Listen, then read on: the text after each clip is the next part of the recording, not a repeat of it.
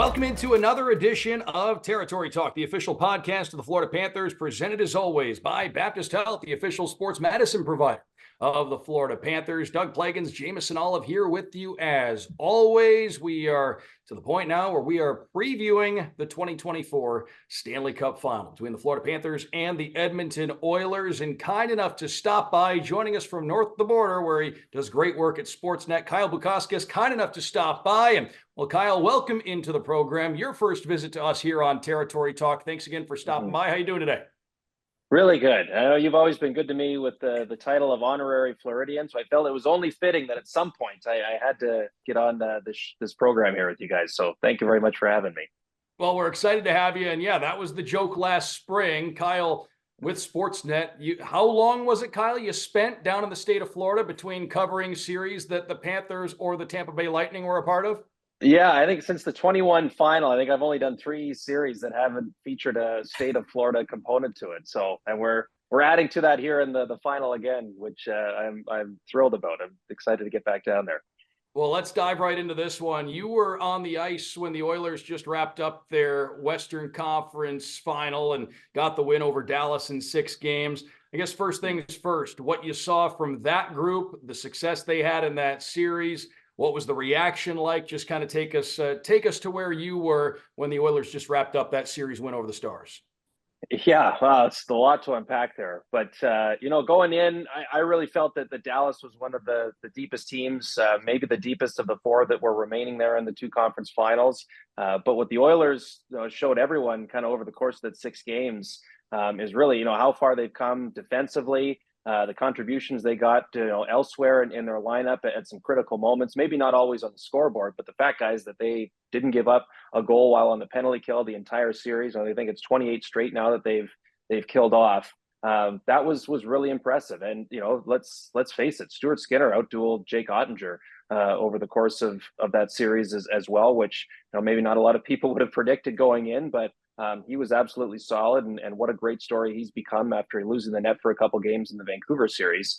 It was just it was one of the cooler moments I've got to witness in my career. I mean, since I've started doing this, Montreal was the only other Canadian team that went all the way to the final, and even that was a little bit muted because we're still dealing with limited capacity in the crowd, and it just wasn't quite the same, of course, of what we're back to here now. So that building was so loud, and it's so certainly in Canada, there's just always that feeling of existential dread in the big moments, quietly often, because it's been since '93 since the Canadian team has won the cup. But the crowd there in Rogers Place on Sunday night, I got maybe a little nervous there for a bit when it became 2-1, but other than that, they were on their feet the last 4 minutes of the third, and it was like they were doing all they could to help will their team over the finish line, and it just kept getting louder and louder with every clear that they got, or block shot, or broke up pass.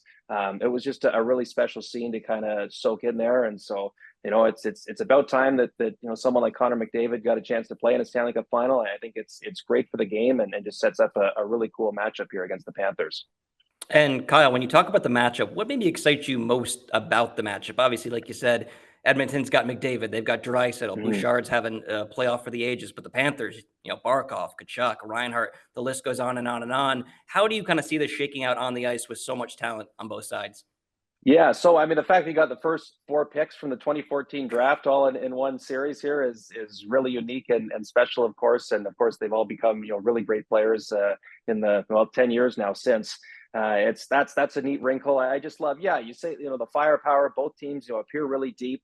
As you guys know, as great of a run it was for Florida last year, it just seemed they ran out of gas, ran out of healthy bodies by the time they finally got to Vegas. And, that series was over in 5 games. It feels like a different story here now. I'm sure everyone's, of course, dealing with something here, but, having, the time here to kind of rest up before game 1 on Saturday, I'm sure benefits both sides. And I just love the fact that, I think, the series against Dallas, it was fast, it was tight checking, there was a really good pace to it, but there wasn't the typical nastiness of a playoff series that you would see. I mean, Dallas was very disciplined. They played between the whistles. There wasn't much scrum and stuff going on afterwards. But I would imagine that the Panthers are going to pull that a little bit out of Edmonton, and Certainly for a guy like Evander Kane, I think he felt it was tougher for him to make an impact in the Dallas series because there wasn't that extracurricular stuff. We all know the history between him and Matthew Tkachuk, that the Battle of Alberta series a couple years ago. They were going at it when Tkachuk was still a member of the Flames. That rivalry gets renewed. The Sam Bennett factor as well. Oilers fans know both of those players, all too well. So all of those reasons just makes it for, I think, a one that should be a lot of fun to watch. I just there's just, you go up and down the lineup. I just feel these are two deep teams. I would say on paper, Florida's a little bit deeper, but as I say, like the Oilers just keep proving that they've got a lot more than just their two horses up front. So I just hope that both these teams give each other everything they can handle, and it just becomes a treat for us to watch as viewers. And Kyle, in mentioning some of the points you just brought up there, you mentioned depth. And I think if there were any points of criticism with the Edmonton Oilers over the time that, the Connor McDavid, Leon Draisaitl era, one would be that there wasn't as much of a supporting cast after those guys. Well, now it seems like there is. And the other thing, it seems like over the years, maybe the ability to take care of their own end wasn't there as much. But it seems like under Chris Knoblauch, that's changed as well. Just having spent some time around this Oilers team in the playoffs, how much pride does that group take? Because we talk about the Panthers a lot, but in your time around the Edmonton Oilers here, how much pride is that group taking in terms of the defensive game that they're playing every night? And what kind of an impact have you seen maybe that Chris Knoblauch has made here in his first season behind the bench, obviously getting this team to a Stanley Cup final? Right. I mean, this team was, gosh, I mean, I don't want to use too extreme of a word, but they were very much in shambles by the time he came into the equation in November, right? Like they kind of came out of the gate. There was so much talk about them being a Stanley Cup favorite. When their season ended a year ago, like Connor McDavid sat at the podium and said, next year is cup or bust for us. Like they knew what their own expectations were. And of course, the outside noise doesn't help, and you get off to a tough start. And I just think, Knoblauch was the perfect, you see the way he does his interviews, how he is often on the bench, like just a very, calming, very stoic presence. And I think that was what they needed at that time, and just was able to, as he talked about, just explain things and kind of set up a plan in a way where let's try to get up, 5 wins every 8 games and just give us a chance to get back in here. Allowed everyone to kind of take a breath. And the one thing he said to the team back then when they were struggling was like, we don't need to be great. We don't need to be world beaters every night. We just need to be good. Our skill and natural ability as a group is going to start to take over. So you've seen the way that's kind of carried them through here now in the playoffs. The scars that kind of reveal what you are as a group, the setbacks they had. Game 1 against Vancouver, blowing a 4-1 lead and losing that on the road, that could have derailed things. I mentioned the Skinner factor and losing the net for a few. That didn't kill them. Lose Game 5 late. I think about the blown 2-goal lead against Dallas in Game 3, down 2-0 early in Game 4, and they come storming back, and the series, really changed for good after that point. They just gone through so many different situations as a group that brought them closer together, and I think that bleeds into, as you say, the defensive style where everyone's committed and focused on that side of the puck. For how many years now, on Saturday nights, hockey night in Canada up here, it's a doubleheader, a game at 7, which is usually the game that I work on, typically featuring the Leafs. And then, afterwards, Craig Simpson and I, color analyst, will go to, the local watering hole and watch whatever the late game is on at 10 o'clock. Oftentimes it featured the Oilers, and how many times we'd sit there and watch and he would be saying, bad stick there, bad decision, bad turnover. And that was what plagued them for so many years. But, throughout, certainly when I've watched them closely here, this last series against Dallas, just more often than not, the right decision was being made for everybody on that group. And I think that's a big reason why, as you say, maybe they weren't loaded for their depth going in as things have gone on here. But now certainly you look at everybody doing their job exceptionally well defensively. They appear to be a much tougher team to beat.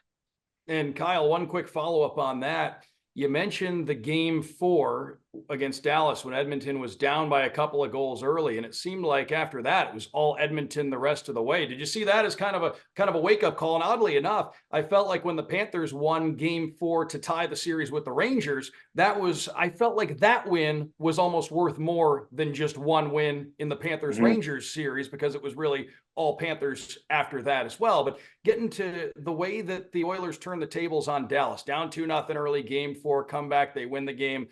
Did you feel like that win for Edmonton was almost worth more than just one victory? Yeah, certainly.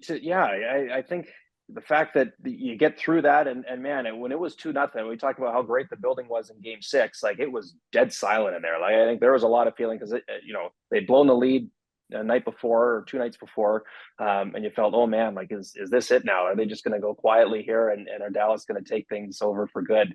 But that was a huge thing, like and a huge moment for Skinner too, because he had the tough goal there on the sharp angle that Jason Robertson beat him in Game 3, and then bang bang, you're down 2-0 early. Really, you couldn't fault him. There was a bunch of heat around Darnell Nurse that morning too, locally, some of the criticism he was receiving, and then like he was just not his fault, but just on the unfortunate end of 2 plays, he was on the ice for both of those goals, and it was like everything's snowballing in the wrong way for Edmonton. But turning that around, certainly, I think, I would imagine internally it feels more like than just the one win for them. And then Game 5 and 6, like their power play comes alive, and that wins you a series. When you couple that with really good goaltending and how good they were when they were down a man, that was the difference. Because it was a record-setting night for them, and how few shots that it took them to get a series over the finish line, especially this deep into the playoffs. But the bottom line is, and Matthias Ekholm said, after they lost to Vegas last year, that maybe they weren't necessarily always the better team. There were some games they won that maybe they didn't deserve, but they did enough things right over the course of that series that it all evened out for them. And I think they felt the same way. Where did they have their best in the closeout game? No, they did not. But it was just a culmination of their good habits that allowed, I guess, the hockey karma to fall their way, and just a terrific performance by their goaltender too. Kyle, going back to what you said earlier, obviously it's been since '93 that a team from Canada won the Stanley Cup, the Montreal Canadiens. I don't think the Bruins fans or the Lightning fans or the Ranger fans are going to be rooting for us in this thing, but I do hope the Panthers gain some more followers and some more fans around USA. But up in Canada, will this become a thing where Canada rallies around the Oilers in search of just that cup for Canada? Do you think that's going to happen, or do you think some of the other fan bases might hold out? Yeah, the diehards, I think you'll never be able to convert them, which I totally understand. And it's funny, every time this situation comes about, there's that conversation of, well, can you put your earlier feelings for a team aside and just jump on the bandwagon, because it's been so long since the country of Canada has been able to enjoy potentially a moment like this. It's why even like Boston Pizza, one of the restaurant chains up here in Canada, we're familiar. popular ones. Oh, yes, right. They had Big a whole fans. campaign ad at the start of the playoffs about let's start coming together with the fans that you normally would cheer against, right? Like it was, and that was ripped apart on social media. I'm sure you guys can imagine how that was received.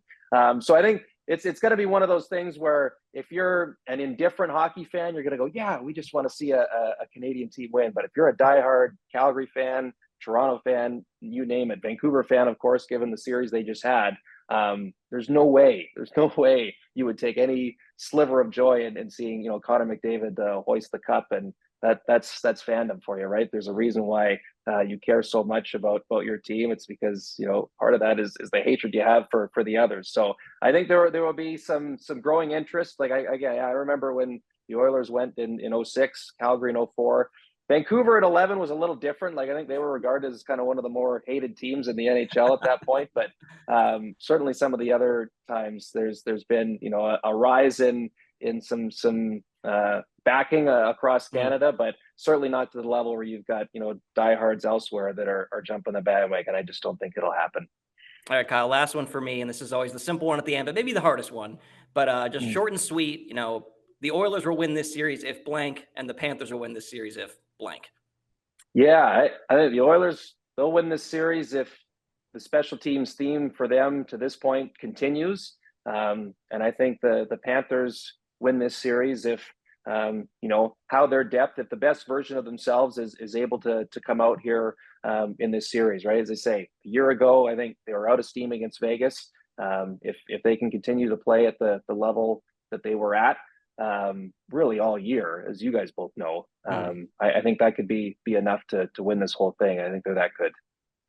Yeah, I'm expecting a lot of close games. I don't think I'm expecting any 7-6 games in this series. I think both teams are too defensively committed at this point in time. Right. So and two Kyle great goalies. Bukauskas, two goalies playing really well too. Kyle Bukauskas from Sportsnet, kind enough to stop by. Kyle, since you are the honorary Floridian, what, when you come down to Fort Lauderdale, is your favorite thing to do? You have any hot spots you like to frequent? Do you still like to try different places when you come down? I mean, you've spent enough time down here that you might even I don't know. You probably are a resident by now. You're a regular some places, probably. Yeah, exactly. They're going to start coming after me for taxes here at some point. No state tax down there. I don't have to worry about it. Well, Adeline Beidenbach, as you both know, through the Panthers, she gave us a restaurant recommendation a few years ago. Louis Bosty, right downtown Fort Lauderdale. That is a tremendous spot to go. Actually, Kevin Bieksa in the final last year took us to Heritage, which Roberto Luongo's brother-in-law owns. What a tremendous spot that is. So, yeah, maybe we'll get to one of those during the final. But honestly, I just the chance to walk the beach and clear your head at certain points, as you know, it's been such a long season here. You guys doing it for the second year in a row here. It's nice to get out and just feel that. I love the heat.